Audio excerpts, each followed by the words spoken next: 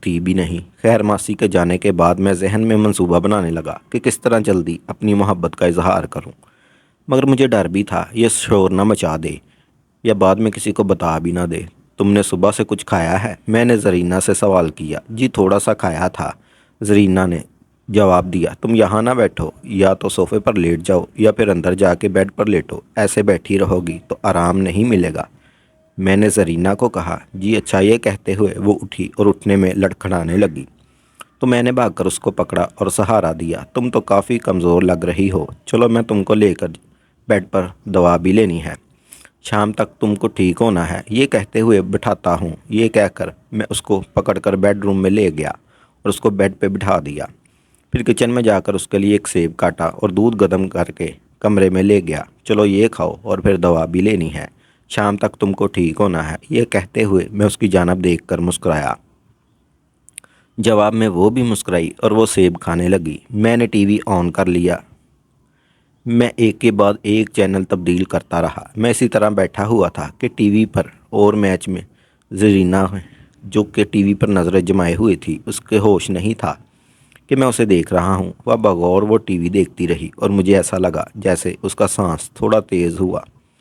میں نے چینل تبدیل کیا تو ایک نیوز چینل تھا جس پر نیوز آ رہی تھی کہ شہر کے حالات خراب ہو گئے ہیں، ہنگامے شروع ہو گئے ہیں۔ میں نے زرینہ سے پوچھا کہ تمہاری نانی کس جگہ گئی ہے؟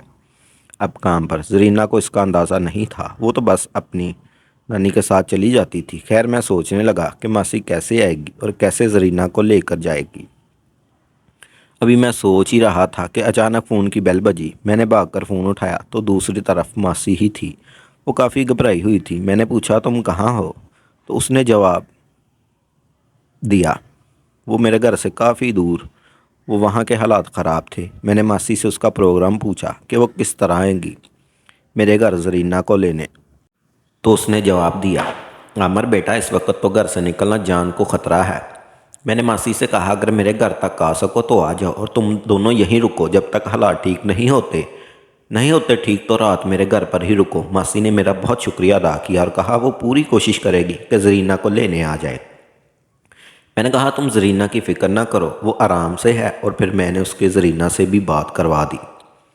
وہ خاصی مطمئن ہو گئی۔ زرینہ بھی پہلے سے بہت بہتر محسوس کر رہی تھی۔ ذرا دیر بعد میں نے زرینہ کو دوا دے دی اور کہا تم اب سو جاؤ، تمہاری نانی آئے گی تو میں تم کو جگا لوں گا، اور یہ کہہ کر میں روم سے باہر نکل گیا۔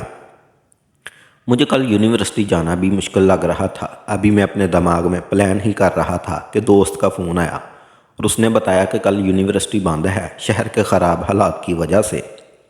میں دل ہی دل میں بہت خوش ہوا اور دعا کرنے لگا کہ ماسی زرینہ کو لینے نہ آ سکے۔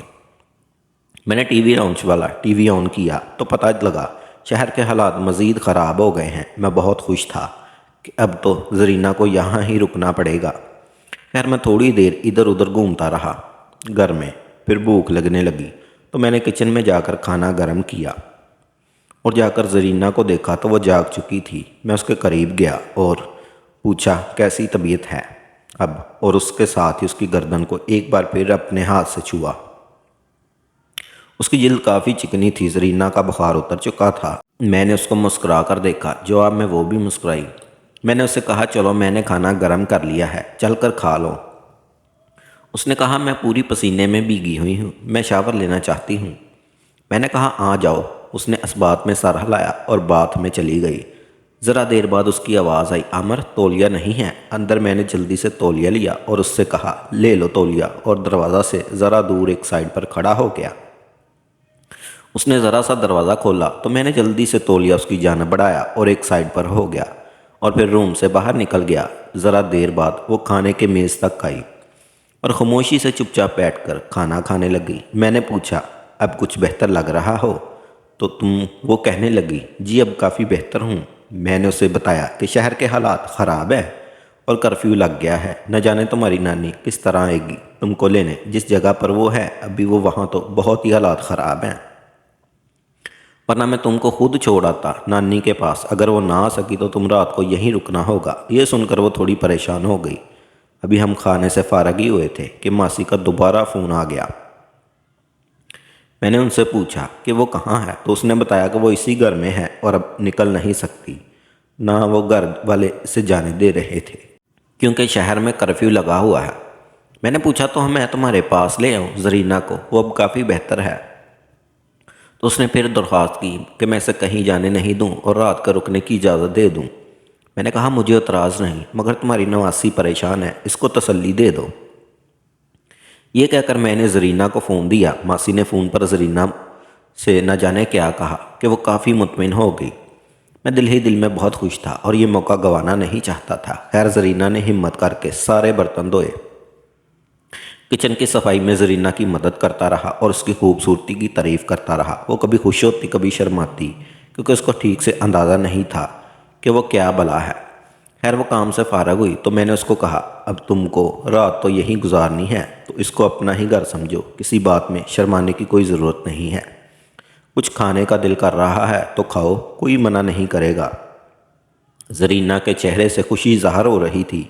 میں نے زرینہ سے کہا تمہاری دوا کا بھی وقت ہو گیا ہے، تم دوا کھاؤ، پھر ہم دونوں بیٹھ کر فلم دیکھتے ہیں۔ میں نے اسے بتایا کہ کون سی دوا کھانی ہے۔ اس نے دوا کھائی، پھر ہم دونوں روم میں آ گئے۔ میں اسے ادھر ادھر کی باتیں کرتا رہا، اس کو پیار کے بارے میں زیادہ معلومات نہیں تھی۔ پھر میں نے پوچھا کہ فلم دیکھتی ہو تو اس نے جواب دیا کبھی کبھی دیکھتی ہوں۔ تو میں نے پوچھا کیا اچھا لگتا ہے فلم میں؟ تو اس نے جواب دیا گانے اور ڈانس۔ میں نے کہا چلو فلم دیکھتے ہیں۔ میں نے ٹی وی پر ایک فلم لگا دی۔ میں نے چپکے سے منہ اس کے کان کے پاس کیا اور پوچھا کیسی ہے فلم؟ اس نے چونک کر مجھے دیکھا اور اپنے چہرے کے اتنے قریب دیکھ کر حیران ہو گئی۔ میں نے ہمت کر کے اس کا ہاتھ پکڑا جس کو اس نے چھڑایا نہیں۔ اس کو کیا معلوم تھا کہ میں نے اس کا ہاتھ کیوں پکڑا۔